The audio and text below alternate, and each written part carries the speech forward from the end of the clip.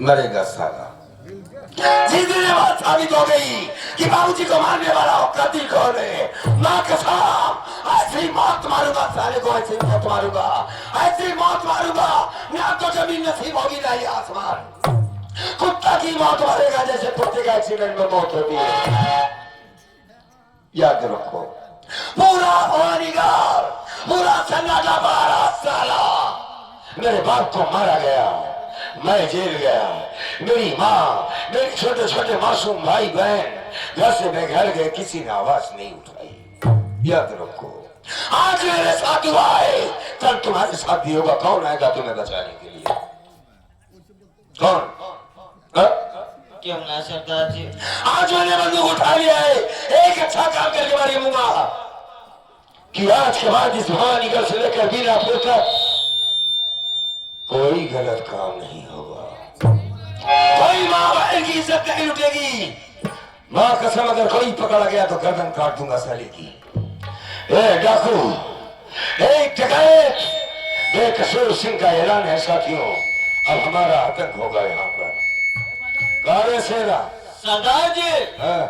लेकिन आपको बात एक ये नहीं पता होगा कहा खबर लाए हो कि गांव में और चौराहे चौराहे पर बड़ा बड़ा पोस्टर, बड़ा बड़ा फोटो लगवाई गई है। उसी पोस्टर में आपकी ही फोटो छपवाई गई। ये तो बड़ी अच्छी बात है बे, हमारी फोटो कैसे लग गई? और यही नहीं सरदार जी, फोटो जस्ट ही नीचे बड़े ही मॉडर्न हैंडराइटिंग में लिखा हुआ है कि आपको बेकसूर सिंह को जो कोई जिंदा या मुर्दा पकड़ेगा, पकड़ने वाले व्यक्ति को सरकार की तरफ से 50,000 इनाम।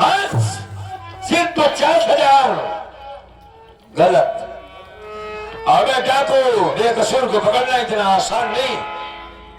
किसी शासन प्रशासन में इतना दम नहीं है कि डाकू बेकसूर को मुर्गा कर दे ना।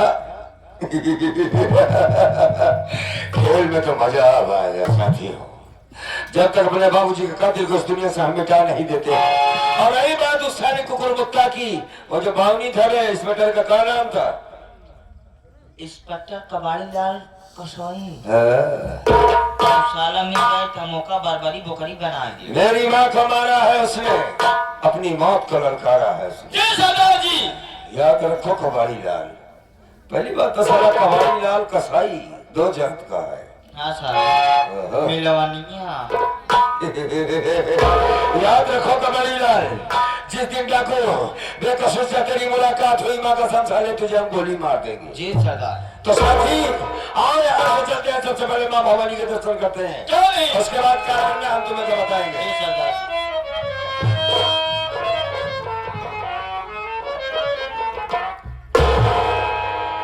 समय कितना भी नाजुक हो जमाना, याद आता है।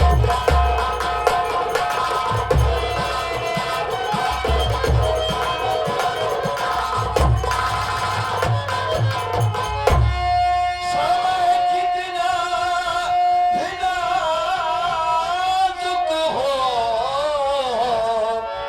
जमाना याद आता है, और महाभारत में अर्जुन का निशाना याद आता है।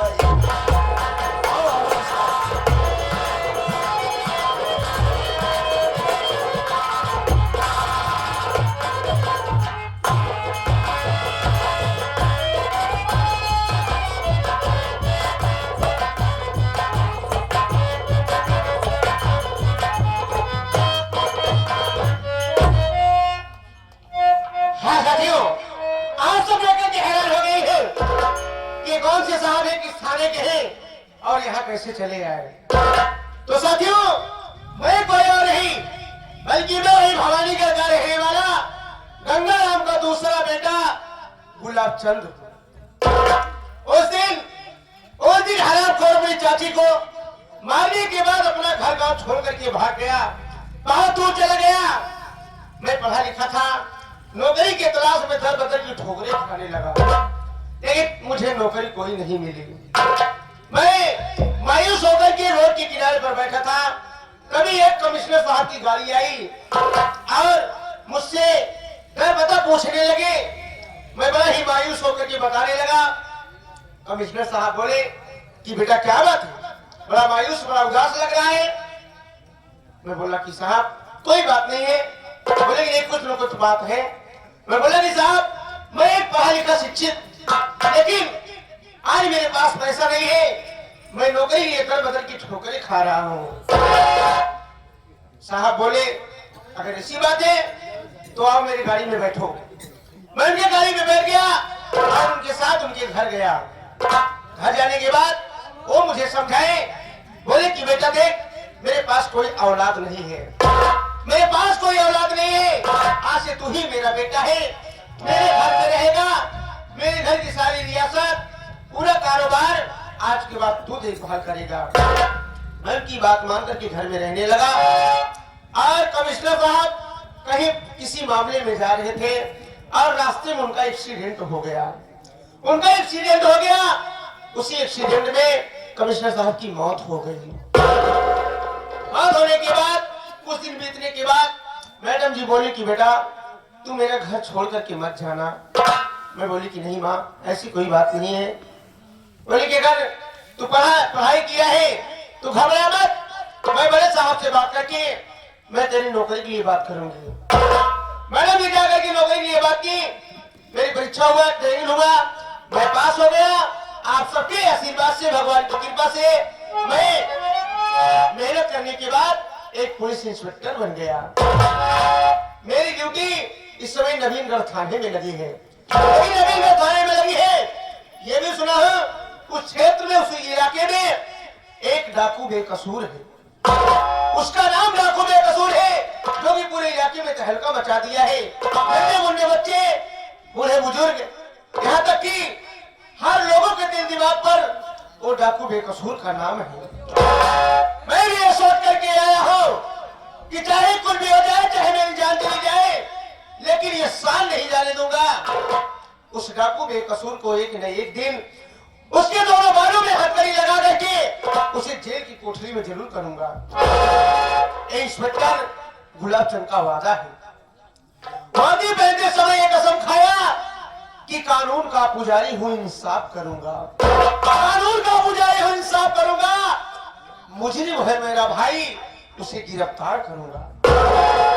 कानून का फर्ज यही होता है कि चाहे अपना हो चाहे पराया हो, इंसाफ इंसाफ होता है। चल हम नवीनगढ़ थाने में देखता हूँ, वहाँ पर हल्के की जानकारी लेंगे, चौकीदार कौन है, सिपाही कौन है, कौन होमगार्ड है, उससे बातचीत करके हल्के में घूमने जाऊंगा। चलता हूँ साथियों।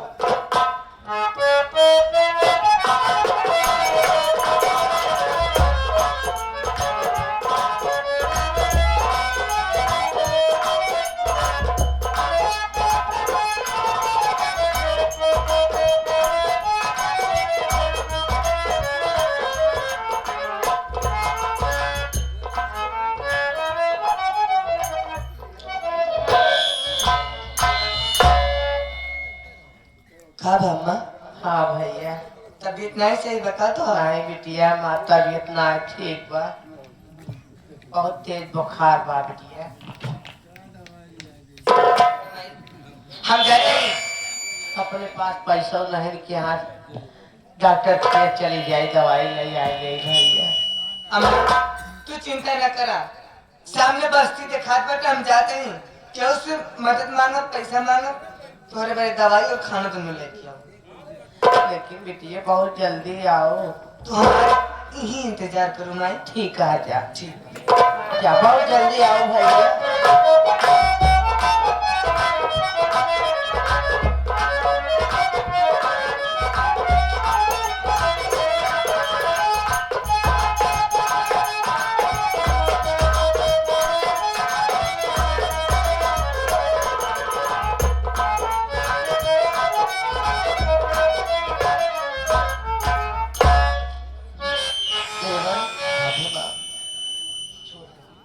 बात क्या है जो इतना पीछे पीछे आ रही हो?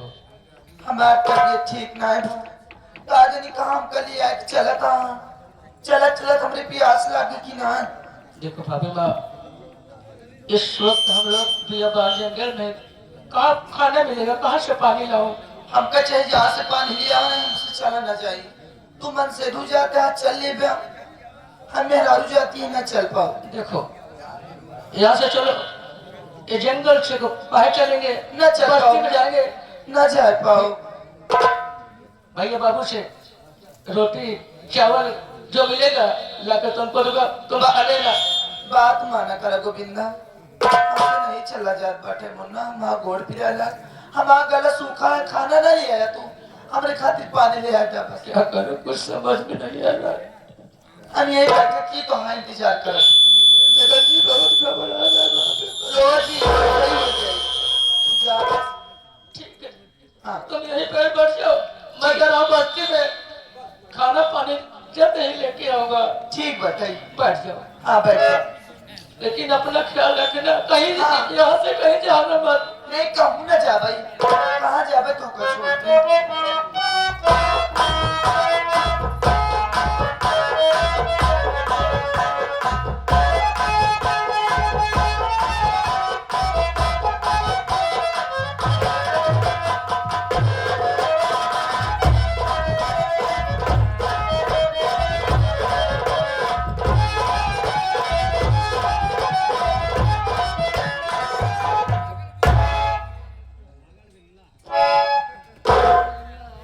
ओह, ये तो मेरी बहू गोमतिया है। ये सारी मेरे भय से, मेरे डर से यहाँ छिप करके बैठी है। ठीक है, अभी इसकी खबर लेता हूँ। अरे गोमती, देख तो कौन है। आयो बहू गोमती।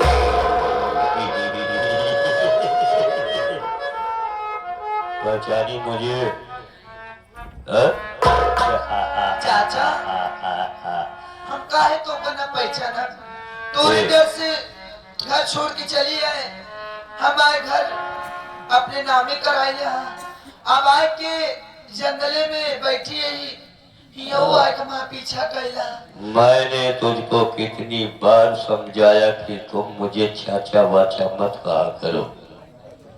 तुम मुझे सैया कहो, बलमा कहो, राजा कहो, दूल्हा कहो। आज भी मेरी वही शर्त है, मेरी वही बात है कि तू आके मेरी बाहों में छुल जा। मैं तेरी गलती को माफ करके तुझे उस आसमान की ऊंचाइयों तक ले चलूंगा जिसे देख करके तुम आश्चर्यचकित हो जाओगे। चाचा हेलो, फालतू गलत बात में बोली, गलत बात जी बोला। हाँ बहु अंग्रेजी बोले चाहे तो बोल ना पाए नदी गढ़ बस। नहीं भाई बताए तो कहाँ चाचा, ये बात तेरी फालतू परेशान मत होइए, आप यहाँ से चले जाइए बस। मैं नहीं तो? समझा रही हूँ, समझ जाइए बस। अगर भी मैं पढ़ी गया हूँ, तो? तुम भी तरह मैं यहाँ पर गवाह नहीं हूँ। ज्यादा बात करोगे ना उठाऊंगी डंडा, बहुत 20 डंडा मारूंगी।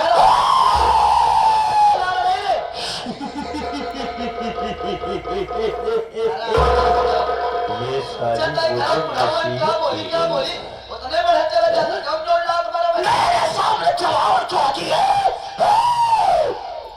जो शब्द अपने जुबा से जो अभी तो निकाली ना, इस शब्द को हमेशा के लिए समाप्त न कर दिया तो मेरा नाम बाबू गणेश राय खुलाना नहीं।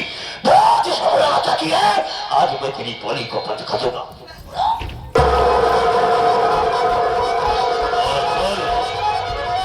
तो जिस खूबसूरती पे इतना इतरा रही है, अभी ठीक है, अभी मैंने तुझे पा करके छोड़ दिया, एक मौका दे दिया। अन्यथा ये सोच ले कि तेरी इज्जत के साथ साथ ये दुनिया तुझे आजकल देखेगी, लेकिन तुम इस दुनिया को, इस गांव को नहीं देख पाएगी। अगर तू मेरी बात को नहीं मानती है तो मैं तेरी दोनों आंखों में पॉइजन डाल दूंगा, दोनों आंखों की अंधी कर दूंगा, ताकि तू जब तक जिंदा रहे मेरा नाम तेरी जुबान पर आता रहे। और मानती है कि नहीं मानती है? नहीं मानेगी।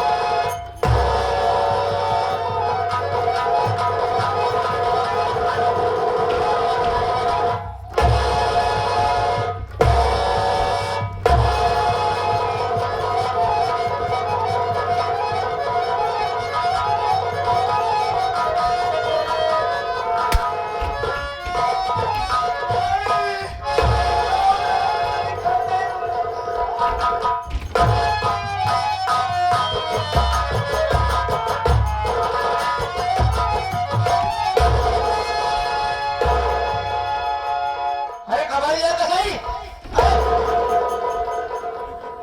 ये तू जहाँ पहुंची भाड़ा पड़ी खाई ही चाहता है दिन भरे शरीर में जोर नहीं रह गया मैं हमको मिला चाटा चाटा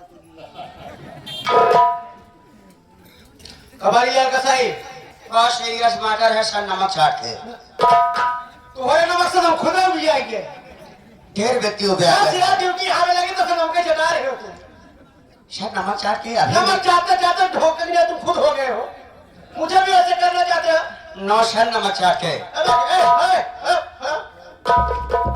सही सर नमक चाट के मैं तुमसे बोला कि चलो हल्के मुझे घुमाओ हल्का क्षेत्र पूरा दिखाओ लेकिन तेरे रास्ते में क्या है यार कोई औरत है देखो ये औरत है यार जंगल का मामला है ये यहाँ पे कौन औरत है सर नमक चाट का हमारा ये फर्ज है कि यहीं से उठा कर इन्हें अस्पताल ले चला जाए सर कुछ देख उसकी आंख में देखो देखो ब्लड निकल रहा है यार इसके दोनों आंख हाँ सर नमक चाट के इसे अपना फर्ज ये कि अस्पताल में ले चलते हैं नमक चाट के नहीं जंगल में अगर छोड़ दिया जाएगा तो जान के खतरा भी हो सकता है नमक चाट के तुम क्या कह रहे हो नहीं साहब हम तो कहा कि अस्पताल न ले चला पहले एक काम करा क्या बोलो जो कहो तुम साहब एक अस्पताल में ले चला हाँ। साहब एक पाया खोला जाए बागा सारे कोई जान से जा रहा है वो पायल में लगा है रहने तो साला में बुद्धि आदमी है ना बड़ा दिक्कत है नहीं पागल साला देखो अगर इस थाने हमारी ड्यूटी लगी है अगर इस थाने के हम इंस्पेक्टर है तो हमारा काम है लोगों की रक्षा करना लोगों की सेवा करना हमको लगता है बड़े घर की बेटी है सर नमक चाट हाँ सुनो ए रमजा उठा से इस औरत को उठा पहले अस्पताल ले जाकर चल इसकी जान नहीं जानी चाहिए कितना पैसा लगेगा ये इंस्पेक्टर लगाएगा दिवा में चलो अस्पताल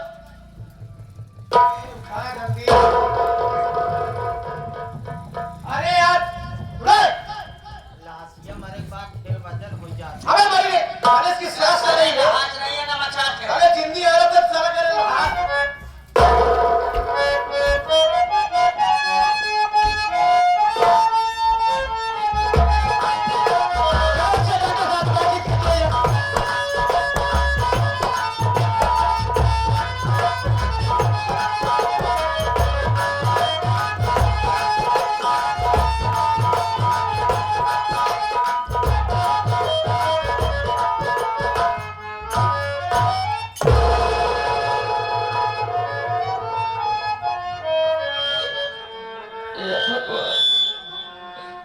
अभी मैं अपनी भाभी को बैठा के बस्ती में खाना और पानी लाने के लिए चला गया था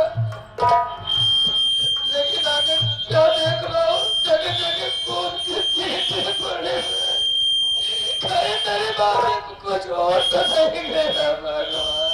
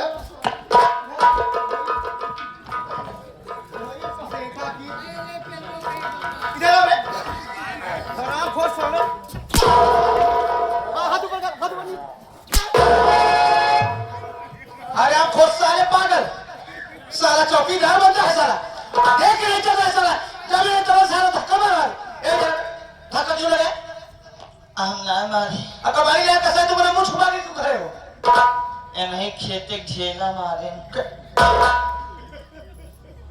इधर ये तुमको क्यों इशारा कर रहा है देख रहे ना साला धक्का मार दिया सर हमारा पैर फिसल गया नमक चाट के तुम्हारा पैर फिसल गया उनका बोल पैर फिसल गया तुम्हारा धक्का मार दोगे नहीं सर हमने आपको नहीं मारा धक्का सर नमक चाट के हमारा पैर फिसल गया सारी चोट से पीछे चली गई सर नमक चाट के ये ध्यान दिमाग खराब हो गया यार किस लड़के की तरह से लेके जा रहे हो हैं एक सर हमारा ट्रांसफर करा दो सर नमक चाट के। क्यों इससे बढ़िया तो हम भवानीगढ़ में थे सर नमक चाट के। क्यों क्या हुआ? नवीनगढ़ में आके हम फंस गए सर नमक चाट के। अरे दिक्कत क्या है बताओगे? चिंता नहीं रहेगा सर नमक चाट के। 1 घंटा पहले का औरत का पता नहीं एडमिट करके आ रहे हैं सर नमक चाट के। ये भी आ गए सर नमक चाट के। यही तो मैं सोच रहा हूँ कि आज जिस इलाके में हम आ गए हैं, यार हर रास्ते में हर जगह ये कोई बेहोश मिल रहा है, कोई कुछ मिल रहा है। अभी एक औरत की एडमिट करके हम लोग आए हैं, यहाँ लड़का एक देखो बेहोश हो गया है। ये कौन है? कौन है? कौन है? चौकीदार देखो सांसें तो चल रही है नमक चाट के, लेकिन तो पानी छींटा मारो नमक चाट के। अरे अरे मैं ठीक मार दे चल बहुत जल्दी। अबे अरे इधर चौकीदार लेके खड़ा होगा। आइए लोग मार के छींटा मार बन गया।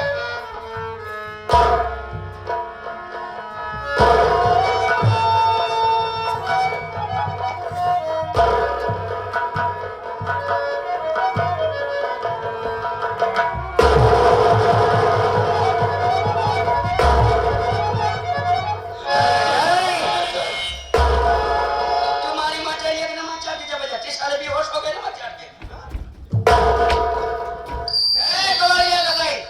अरे यार काहे मार रहे हो? यहाँ बे डर नहीं चौकीदार से पूछ कौन है? चल ठीक है, अच्छी बात ये तो बेहोश रहे कौन बात ना हाँ तो विश्वास है बेहोश रहे अब लोग से कौन मतलब नहीं। सही, अच्छी बात सही। ये तो बेहोश रहे, लेकिन ये पहले बताओ साले काहे बिना बेहोश रहे? अब कैसे पूछ के बेहोश भय? कब है यहाँ? तुम्हारे नाने मुन्नू लाले पुल के बेहोश हो गए नमक चाट के। तुम्हारी माँ चाहिए कि नमक चाट के। अरे तू करे महतरिया काहे में वक्त चढ़ावा था? तू हाइन चाहता वही चढ़ावा ना साले काहे जाता? जब साले कब है यहाँ चल जाते हैं? बेहोशी की दवा खाए थे नमक चाट के। हाँ? नशा करता है नमक चाट के। गांजा पिया था नमक चाट के।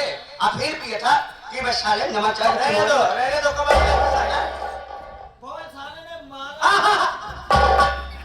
किसको मारेगा एक नमक का चाट नहीं के? तुमको चौथे जाएगा लड़की आते है लड़के। बेहोश क्यों हुआ नमक चाट के? 7 साले बेटा मार के मारे बेहोश करने का फिर नमक चाट के। ये बता तू कौन है?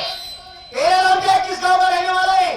और इस जंगल में बेहोशी हालत में बता क्या हुआ तेरे साथ में? बेहोश क्यों हुआ? हाँ। मैं बेहोशी की दवा नहीं खाया था सरकार। मेरी भाभी भूख प्यास से बेकुल साहब, मैं अपनी भाभी के लिए बस्ती में खाना और पानी लाने के लिए चला गया था साहब। जब वापस हुआ तो क्या देखता मेरी भाभी नहीं बल्कि वहाँ पर खून पहना था साहब। वही देखा मैं सोचा नहीं भाभी मैं तो कोई जंगली जानवर इसी देख के लिए साहब मैं बेहोश हो गया साहब। मैं कोई बेहोशी की दवा नहीं खाता सरकार। तुम्हारे कहने का मतलब ये है कि तुम और साथ में तुम्हारी भाभी माँ थी। तुम्हारी भाभी भूख से परेशान थी। तुम खाना मांगने के लिए गांव में चले गए यहीं पर बैठा करके। जब खाना लेकर के आते तो यहाँ पर इस जगह तुम्हारी भाभी माँ रही थी। खून पर इसीलिए देख करके तुम बर्दाश्त नहीं कर पाए, बेहोश हो गए। देखो घबराओ नहीं, तुम्हारी जो भाभी है वो बिल्कुल ठीक ठाक है। वो हम लोग की सुरक्षित में निगरानी में है। वो इस समय हमारे पास है, वो बिल्कुल ठीक है, घबराने की बात नहीं है। लेकिन अफसोस की बात यह है कि तुम्हारी भाभी माँ अब दोनों आंख से देख नहीं सकती। उसकी दोनों आंख की रोशनी चली गई है। डॉक्टर साहब ने बोले किसी ने इसकी आंख में कोई दवा डाल दिया है, इसीलिए उसकी आंख की रोशनी चली गई है। नहीं घबराने, बिल्कुल ठीक ठाक है। अगर मिलना चाहते हो मैं मिलना चाहता हूँ आओ मेरे साथ। पहचान लोगे साहब। चलो आओ मेरे साथ, मैं तुम्हारी भाभी से मिलता हूं। आओ।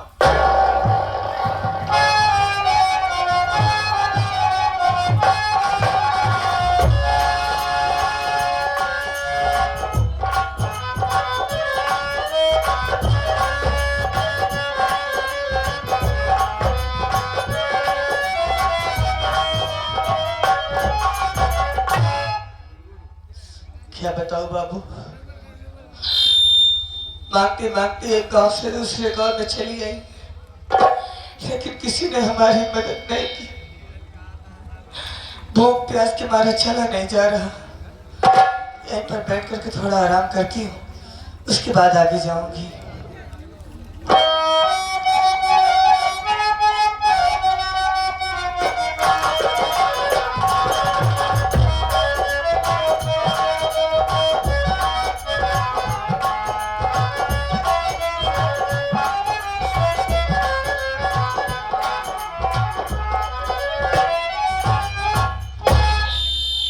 क्या बताऊं, भाभी माँ तो एडमिट है, लेकिन डॉक्टर साहब ने बोला कि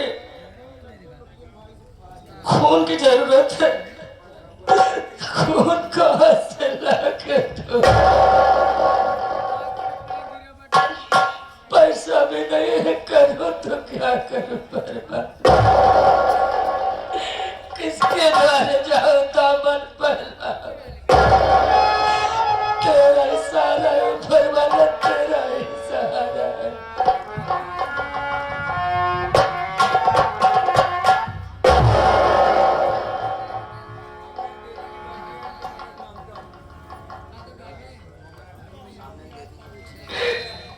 तुम कौन हो देवी?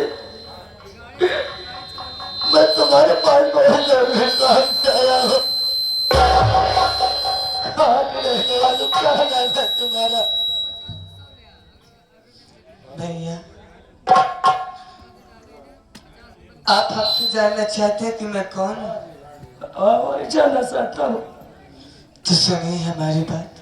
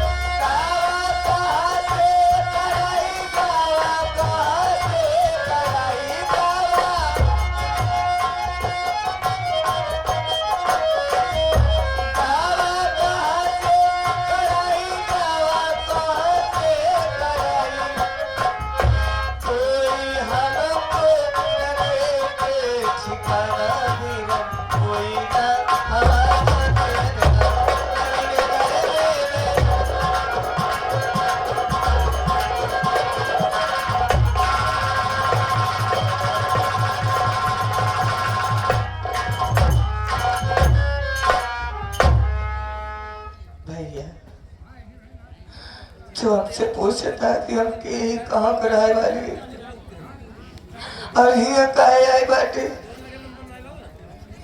का बताए बाबू,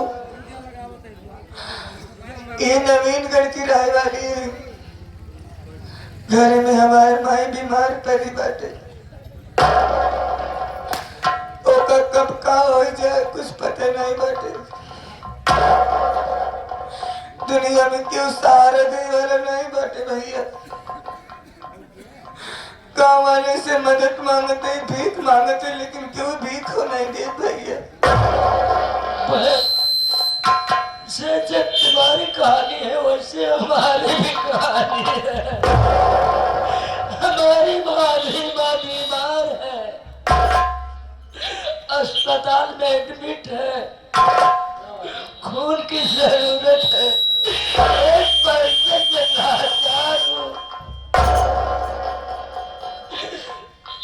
तुम अपने बहन के लिए परेशान हो, मैं अपने भाभी माँ के लिए परेशान हूँ।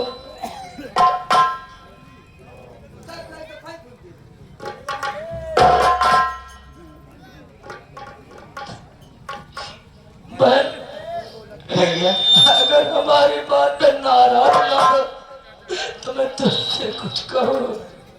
का क्या था बाबू? हमारी तुम्हारी कहानी मिलती जुलती है। न तू अपने बहन की इलाज करा सकती हो, न मैं अपनी भाभी का इलाज करा सकता हूँ।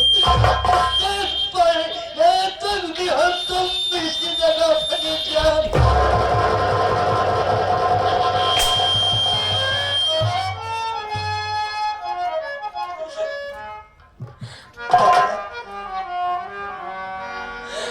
तुम भी मुसीबत की सताई हुई हो। तुम्हारे जैसे लोग बहुत कम मिलते हैं बाबू।